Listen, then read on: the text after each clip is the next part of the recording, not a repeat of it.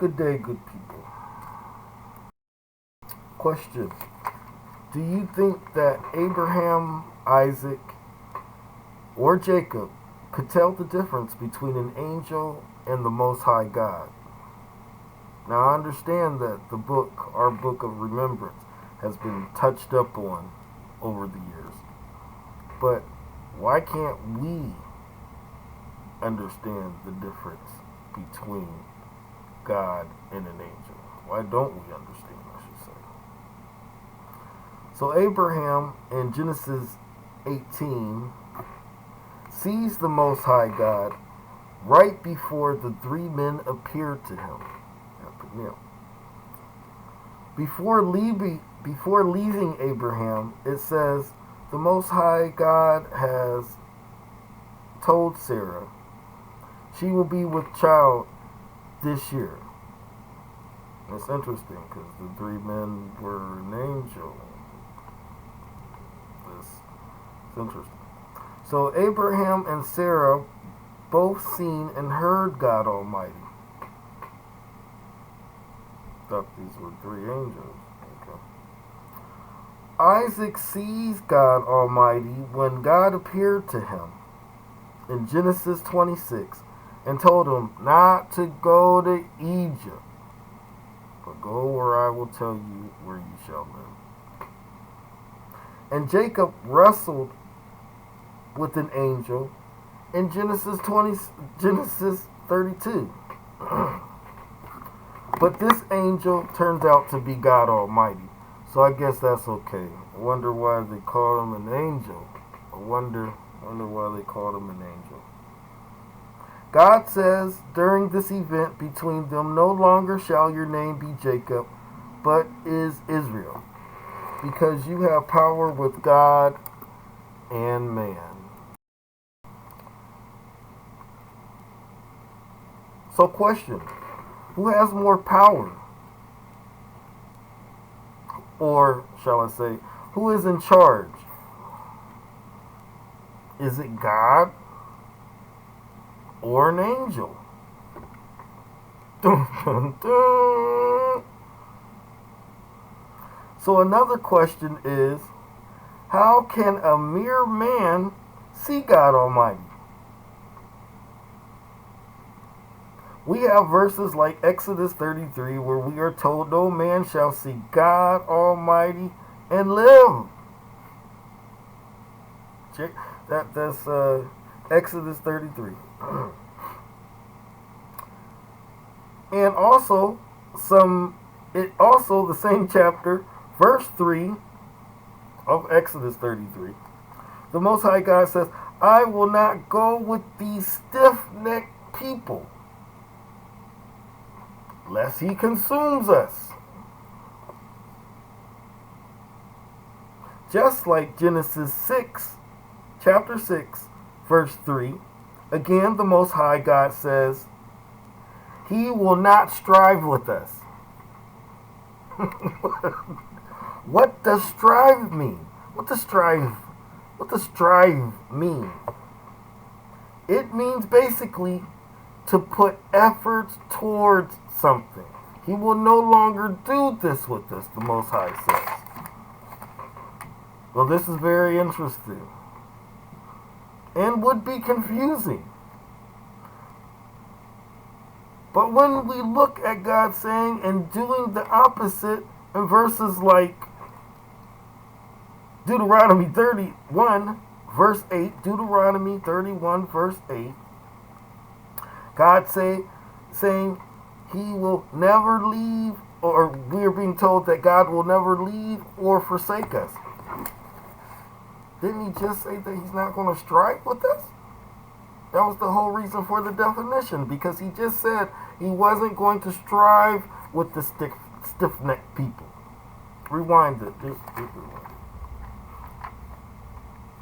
Or Exodus 34 saying that we are his inheritance. After he said he ain't going to be with us no more. That's interesting. That's interesting. Now we're his inheritance.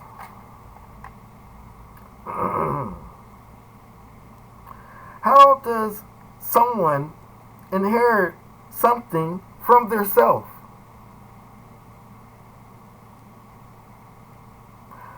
How is God, because God inherited us, how did he inherit us?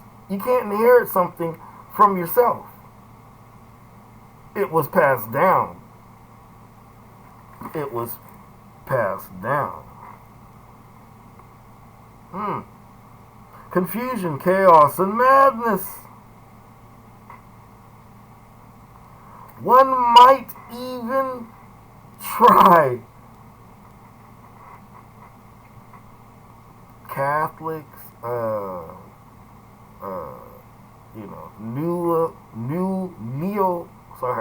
neo-Catholics, New Age Catholics, if you will, all of them calling on the same name, whether or not you give them a Hebrew name or not, it's the same. But let me hop off, sorry. Trying to throw the golden calves in there. The angel is the golden calf. Go figure that they're trying once again, because they're not the world. Because without understanding and thinking a little, it would make sense that there is and seems to be two beings here. One that no man can see lest they die. We have the verses. The same one, same being, saying, whose man is just flesh and stiff-necked. So he will not strive with them or with us. We have these verses.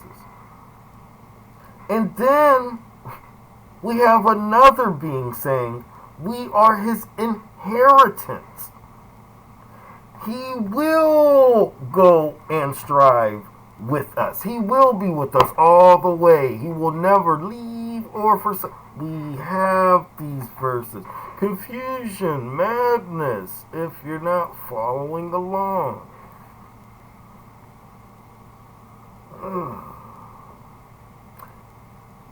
Abraham talked to God face to face.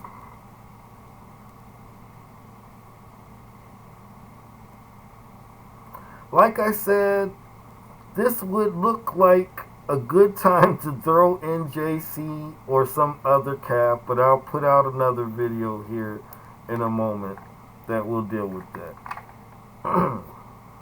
I mean, clearly there are two beings here, both with authority.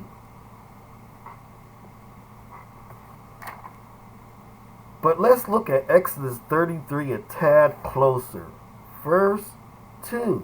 The Most High says, I will send an angel with you. Go ahead.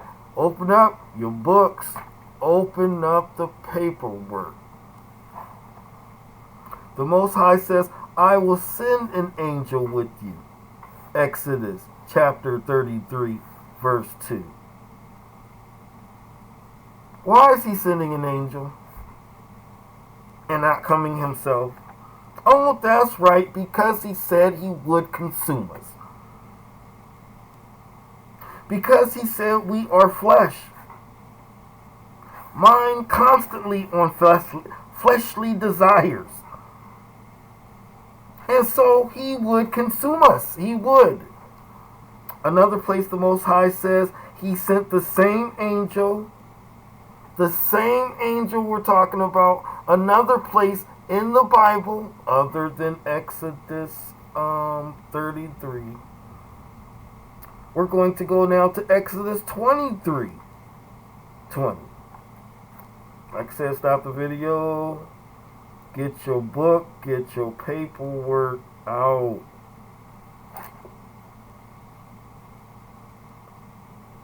Let's look at verse 21. The Most High says, we are to obey this angel's voice. The Most High says, We are to obey this angel's voice and to not provoke him. Don't provoke God. I'll do a part 2 to this video in the future, Yah willing. So now we are supposed to obey the angel's voice. We're supposed to obey the angel's voice. Let's go back up here. Exodus chapter 23, verse 21. We are to obey this angel's voice. The Most High told us to obey this angel's voice.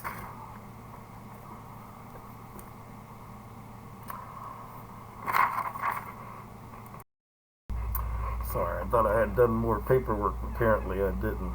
So I said I was going to do a part 2. So, in conclusion, it's not JC being the second being, because the Most High said he will send his angel.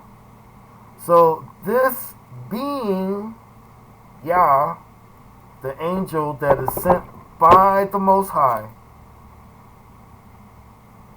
is an angel.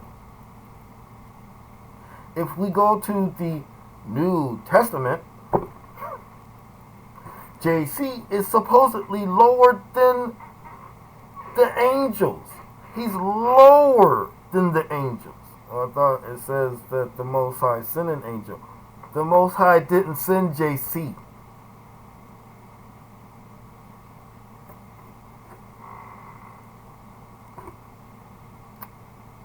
Hebrews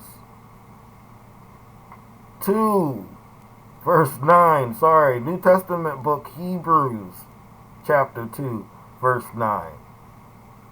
JC is supposedly lower than the angels.